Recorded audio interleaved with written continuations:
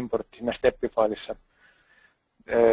steppifailissa sitten sinne COMSOL-malliin, ja sitä on niin täysin mahdoton sit enää hallita sitten siellä COMSOLin puolella. Eli se, mitä Teklassa mallinnetaan, niin sitä on turha lähteä, että mikä mallinnetaan Teklassa väärin, niin sitä on turha mennä COMSOLissa enää korjaamaan, vaan on pyrittävä mallintaa se jo Teklassa oikein. Ja tässä se on sitten huomioitava myös sitten, kun tulee kaarevia pintoja, niin nämä segmentoituu jo steppifailissa valmiiksi, ja käyttäjä pystyy niitä hallinnoimaan, niitä kaarevia pintoja sitten Teklan omilla ympäristömuuttujilla. Sitten kun tulee tämmöisiä epätarkkoja kohtia, joissa on kaarevia pintoja yhdessä eri osia, esimerkiksi jäykistyslevyjen, laippojen välissä olevia jäykistyslevyjä, joissa on vaikka kuumavalsatut profiilit pyöreinä pintoina, niin ne on syytä mallintaa yli ja sitten editoida COMSOL multiphysicillä niin, että niitä voidaan sieltä poistaa. Tai sitten niin, että ne jätetään täysin mallintamatta ja mallinnetaan sitten jälkikäteen COMSOL multiphysicsin puolella täysin sitten omina natiiviobjekteina. Mallin siirrosta Tekla Structures-ohjelmassa oletuksena kaikki pyöristyspinnat on suorasärmäisiä juuri sen maksimaalisen nopeuden saavuttamiseksi. Ja se voidaan sitten tämmöisellä ympäristömuuttujalla, joka edellyttää sitten ohjelman uudelleenkäynnistämistä, niin se voidaan sitten siellä kyllä poistaa. Eli tämmöinen tarkkuus saadaan, jolloin tämäkin pinta tässä on kuitenkin kaikesta huolimatta segmentoitu, ja siihenkin löytyy sitten erillinen ympäristömuuttuja, eli sitä segmenttitarkkuuttakin näissä kaarevissa pinnoissa voidaan muokata, käyttäjän vaatimusten mukaan muokata, ja se on muokattavissa. Ja tässä se on se periaatteessa riippuen siitä, että kumpaa mallia käytetään, eli juuri sellaisena mallina, kun tämä XML-tiedosto siellä Tekla Structuresin puolella kirjoitetaan, niin sellaisena se menee myös steppinä eteenpäin. Ja tuossa aikaisemmassa esimerkissä niin meillä ei ollut pyöristyksiä millään tavalla mukana. Ja jotta se asetuksien näiden käyttö olisi ja ympäristömuuttujien käyttö olisi tehokasta ja mahdollisimman nopeaa, niin me voidaan, Tekla Structures-käyttäjä pystyy luomaan oman tämmöisen role-asetuksen esimerkiksi juuri näillä ympäristömuuttujilla, jolloin käynnistäminen näillä COMSOL tai tämmöisen niin tarkempaan geometrian perustuvalla mallinnuksella on sitten vähän nopeampaa. Sitten erilaisia rajatilaehtoja, miten eurokoodien mukaan sit voidaan näitä kestävyyksiä määritellä. Nämä on pääsääntöisesti opastavia, ja tämä periaatteessa edellyttää sitten aina suunnittelijan tämmöistä omaa harkintakykyä siltä osin, että ymmärtää, että millä tavalla kuormat kanavoituu rakenneosilta toisille ja millä tavalla niitä kannattaa osittaa. Ja osittaminen on varsin järkevää siltäkin osin, että laskenta-aika lyhenee, mutta sitten se, että se kuormatapaus ja reunaehdot pitää käydä aina jokaisessa analyysissä erikseen, eli ei tehdä liian varmalla puolella olevaa laskentaa, vaan valitaan aina sen tilanteen mukaan todelliset kuormat rakenneosiin ja liitososiin, mitä ollaan analysoimassa. Eli tämmöiseen rakenneosakestävyyteen liittyviä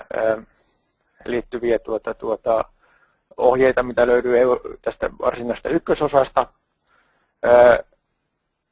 Silloin kun nämä tasapainoehdot, tämmöiset niin epästabiilisuusehdot poikkileikkauksen kestävyydelle ei ole riittäviä, niin me voidaan tehdä tämmöinen kimmoteorian mukainen tarkastelu, jossa ollaan täysin varmalla puolella sit siinä tarkasteluissa ja ei sallita sitten minkäännäköistä plastisoitumista. Mutta sitten kun mennään tänne eurokoodi 1315, niin siellä on sitten eriteltynä erikseen vielä nämä rajatilaehtojen vaatimukset niin, että luonnollisesti tämä nurjahtamiseen liittyy myös paikalliset epästabiliteettitapaukset, eli paikalliset lommahdukset. Silloin kun tämmöinen lommahtaminen tai materiaalin lommahtaminen rajoittaa sitä kestävyyttä niin, että me ei sitä myötäodotettua keretä saavuttamaan. Näitä me voidaan sitten tarkastella. Me voidaan näitä lomahtamisanalyysiä tehdä sekä solidi- että kuorimalleilla. Solidimallilla kestää luonnollisesti jonkin verran kauemmin, mutta kuorimallilla varsin lyhyessäkin ajassa voidaan määritellä erilaisia analyysiä. Betonjännitysten rasittamilla alueilla ei ole olemassa mitään tämmöisiä kansallisia valintoja, ja nämäkin on sitten sillä tavalla, että opastavasti käyttäjän tulee itse määritellä se rajatila kuvaava ehto, riippuen siitä, minkälaista rakenneosasta on kysymys. Se voi olla esimerkiksi niin, että rajataan joku myötöalue, missä alueella sitten myötämistä voidaan sallia. Yleisin tapa on, että tarkastellaan muodonmuutoksia ja määritellään sitten jonkinnäköisiä rajataipumia tai siirtymiä joillekin osille, jotta ne rakenneosat toimivat sitten luotettavalla tavalla myös sen rajatilan saavutuksen jälkeen. Tässä on sitten esimerkki, yksiaukkoinen palkki, jossa on IP-profiili, materiaali 355, jännenväli on 6 metriä. Tässä nyt on ottanut lumikuormaksi 1,5, sillä ei nyt merkitystä mitä se on, mutta 15 kilonewtonimetriä. Katsotaan, tämän on ratkaisu sauvamallin kestävyyden poikkileikkaukselle, eli pelkästään se plastinen kestävyys, koska tämä IP-profiili pääsääntöisesti on tämmöiselle puhtaasti taivutetussa tilanteessa niin poikkileikkausluokkaa 1 ja kestävyys sitten kiepahdukselle, eli silloin kun mennään tähän poikkileikkauksen liittyvään kestävyyteen, niin me kiepahdus ollaan jollain tavalla täysin estetty, ja me voidaan käyttää niitä plastisia ominaisuuksia. Ja sitten katsotaan, että minkälainen analyysitulos tulee tällä solidimallilla, eli COMSOLin puolella. Ja sitten COMSOLin puolella, kun analysoidaan tämmöistä solidimallia, niin millä tavalla me voidaan määritellä esimerkiksi tässäkin tapauksessa nyt rajakuorma, missä tämä aikaisemmin esitetty tämmöinen lineaarinen alue ylitetään. Itse kestävyyteen liittyvää tarkastelua tai tähän, mitä tulee sitten eurokoodien mukaan tämmöistä mitä palkkia voidaan IP-profiileina käyttää.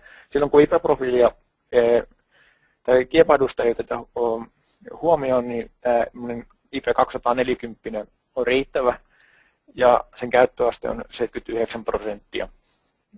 Sitten kun tämä kiepahdustuento on ainoastaan 6 metrin tämmöisessä haarukkalakeroidussa päässä, ainoastaan päissä, niin meidän täytyy kasvattaa profiilia isommaksi 360, jolloin käyttöaste on 81%, eli tälle niin sanotulle pystyiselle kiepahdukselle.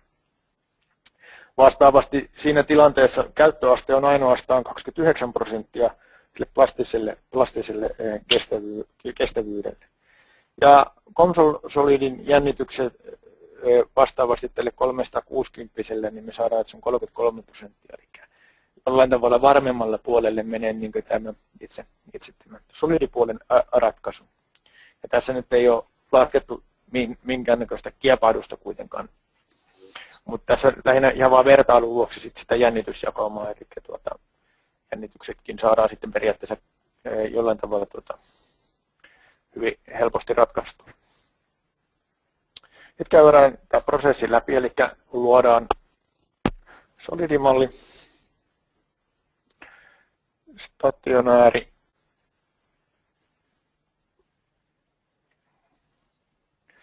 tässä mä luon nyt tämän profiilin COMSOLin omilla natiiviobjekteina, koska tässä nyt tämä malli on suhteellisen helppo, eli tässä voidaan importoida DXF-nä kaksiulotteiseen tasoon poikkileikkaus, jota mä pursottelen nyt.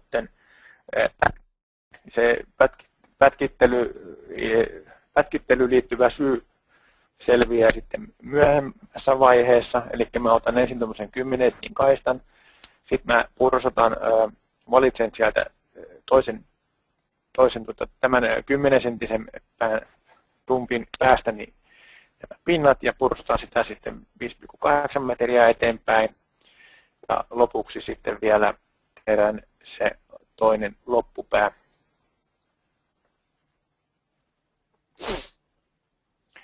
Loppupää, joka pursotetaan sitten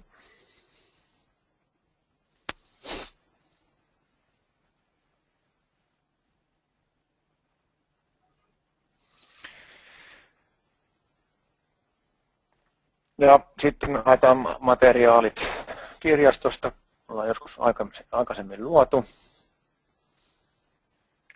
Sitten luodaan reunaehdot, eli halutaan nyt taivuttaa tätä painopisteakselin ympäri, niin otetaan tuolta jo sinne aikaisemmin poikkileikkauksen määritellyt reunamäärittelyt.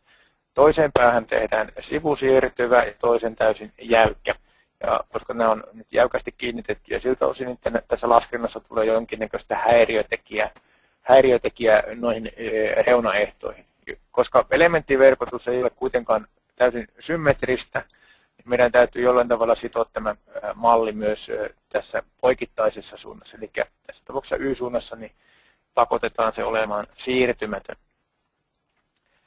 Ja tämän paikallisten pakkojännityksien vuoksi niin me pätkittiin tämä tulosten tarkastelua varten sitten 3 eri osaa. Sitten määritellään kuormat, tehdään globaalit parametrit.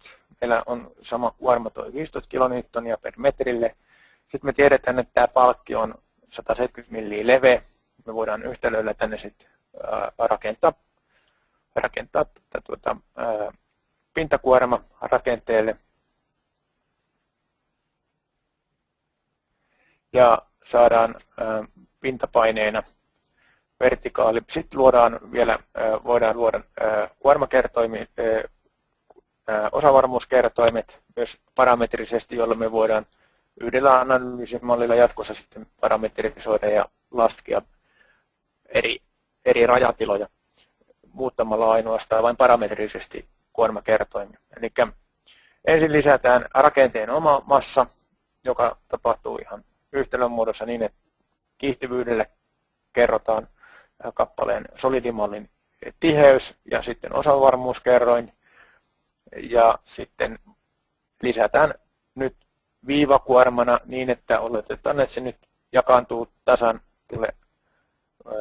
ylälaipan yläpinnalle ja siihen kirjoitetaan se aikaisemmin määritelty pintapaine osavarmuuskertoiminen.